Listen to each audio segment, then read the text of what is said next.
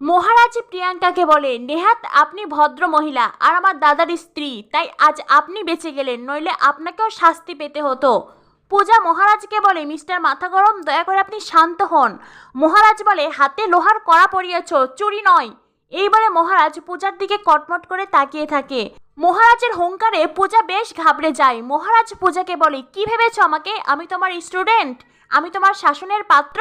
তখনই সুবিনয় এসে বলে, আহ মহারাজ, তুই পূজা মায়ের সঙ্গে এইভাবে কেন কথা বলছিস? তখনই সেখানে পূজার মা আসেন। পূজার মা এসে বলে, আর পূজা, তুই বা মহারাজকে কেন আটকাচ্ছিস বলতো? সত্যিই তো সোম দোষ করেছে। সোম বলে, যাক বাবা, আমি এবার কি করলাম? মহারাজ বলে, তুই বুঝতে পারছিস না? না, তুই কি করেছিস সত্যিই তুই বুঝতে পারছিস না।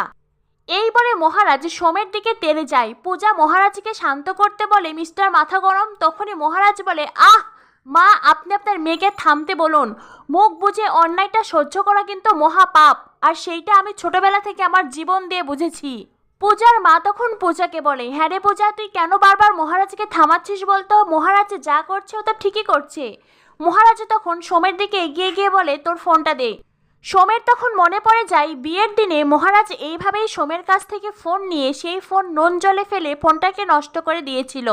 সোম বলে, না, আমি তোকে ফোন দেব না, তুই আমার ফোনটাকে নষ্ট করে দিবি। মহারাজ বলে, তুই নিজের হাতে আমার ফোনটাকে ভেঙে ফেলেছিস। আমি এখনো তোর হাতটাকে ভেঙে দেইনি, কেন জানিস? কারণ তুই মা সিদ্ধেশ্বরীর সামনে দাঁড়িয়ে আছিস। তখনই প্রিয়াঙ্কা সিদ্ধেশ্বরীর দিকে তাকায়। আর পূজা তার মাকে বলে, মা দেখলে তো, এই জন্যই আমি ওনাকে বারবার আটকাচ্ছিলাম, না জানি এখন এখানে যুদ্ধ বেঁধে যাবে। পূজার মা বলেন, ওরে, তুই মহারাজকে কি এখনো চিনিসনি? মহারাজ এতটাও নির্বোধ নয়, তুই দেখছি তোর বরকে চিনতেই পারিসনি। মহারাজ তখন এগিয়ে এসে বলে, সত্যি মা, আপনার মেয়ে এখন আমাকে চিনতে পারেনি, আর সেজন্যই 48 ঘন্টাও না খেয়ে